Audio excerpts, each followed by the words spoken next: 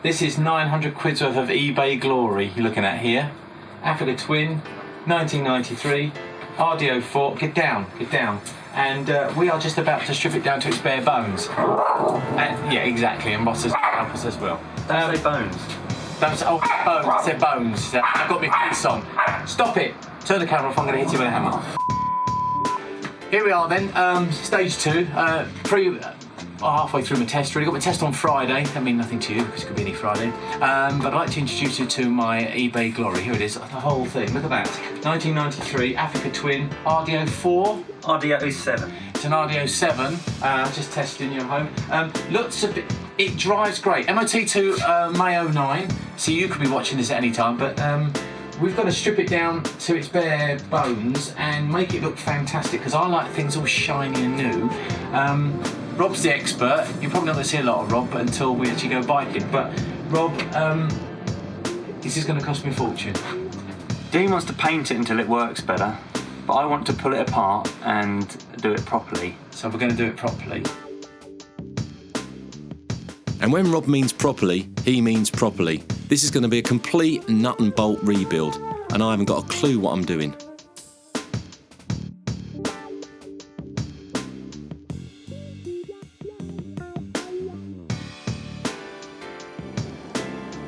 So with the bike in bits, it was time for me to take the last part of my test, the direct access.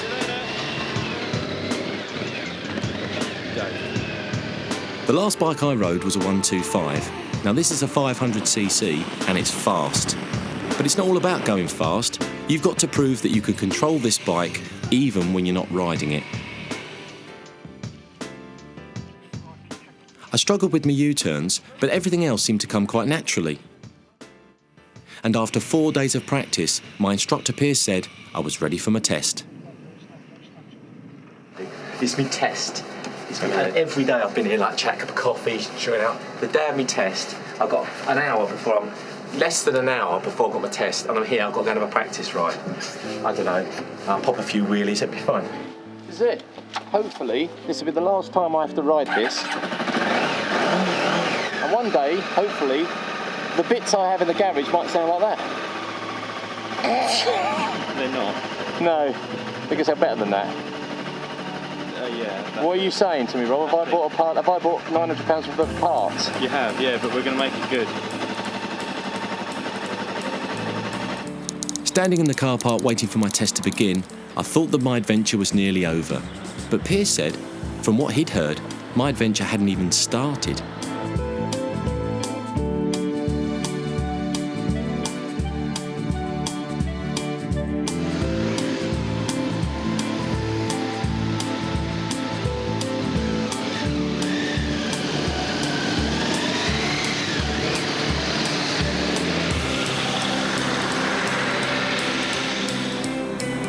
After 45 minutes and a faultless test run, I was hoping my instructor hadn't seen I'd turned in the exit.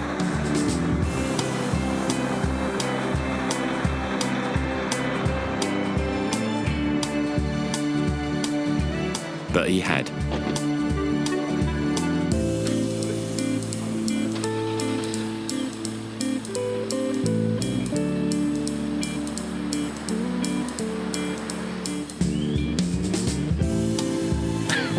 Done it. We don't have to worry about me anymore, do we? No. Do you know what I mean? It's all down to me and my test, and I've been really stressed this week. All I've been thinking about are motorbikes. Have it! And I just thought it would be really straightforward, and it's been really difficult. Do you know what I mean? It's been not difficult, but the stress, and to do this in 4 or 5 days, intensive course, is worth doing. But I tell you what, I'm just ecstatic. I'm just going to give my my bib back because I don't need it anymore. I can ride any of these in here. Any of these bikes I can ride. Ride any of them badly. And it's just been intense. And I have to say, Taz and Piers and all the lads, genius. And you know, if you're going to do this, go to a proper training school, listen to what they're saying, because even if you think you know better, and even if you've been thinking you've run riding 125 and you know it, listen to these boys because they'll save your life. It shows you that even if you're 42, right, or 52 or 60, don't worry about it. When I came out, there's a gentleman who was a little bit older than me, probably in his 50s, late 50s, passed his test as well. Everyone can do this, and you can do it cheap.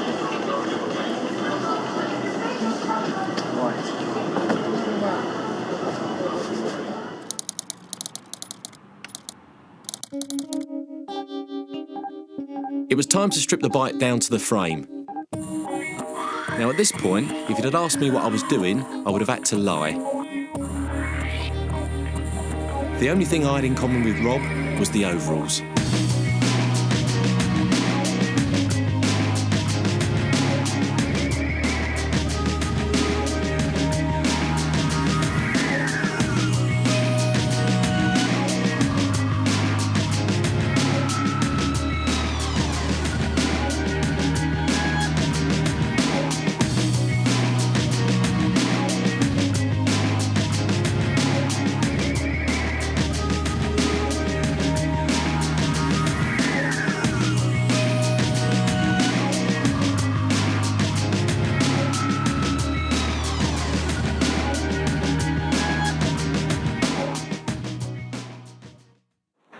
Right, we're here because we've got a problem. We took the bike apart, as we've seen so far. Got to the frame and it was rotten. It was rotten all the way through in some parts.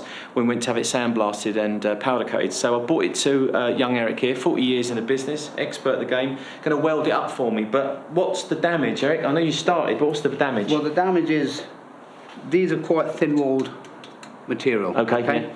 And the bike in its normal plane of motion sits down and all the water runs down here, gathers in here, Yeah. and it rots from the inside out. Because this is 15 years old, isn't it? That's So it's- right. yeah. I mean, I've come across other Hondas that do this. Right. But however, what we're going to do is I'm going to cut this right back to the weld.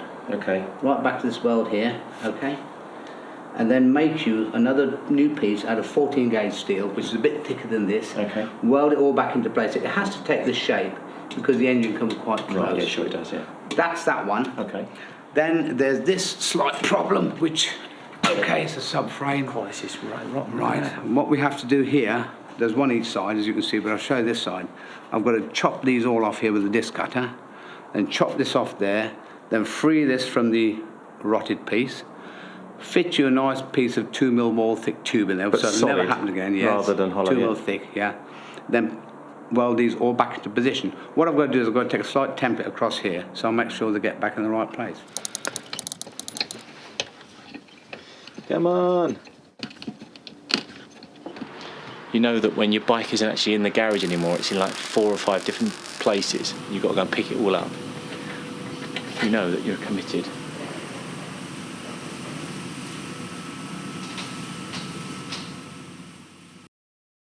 Oh my God. When they said we were going camping in Wales, they didn't say they were going to drop us in the middle of nowhere.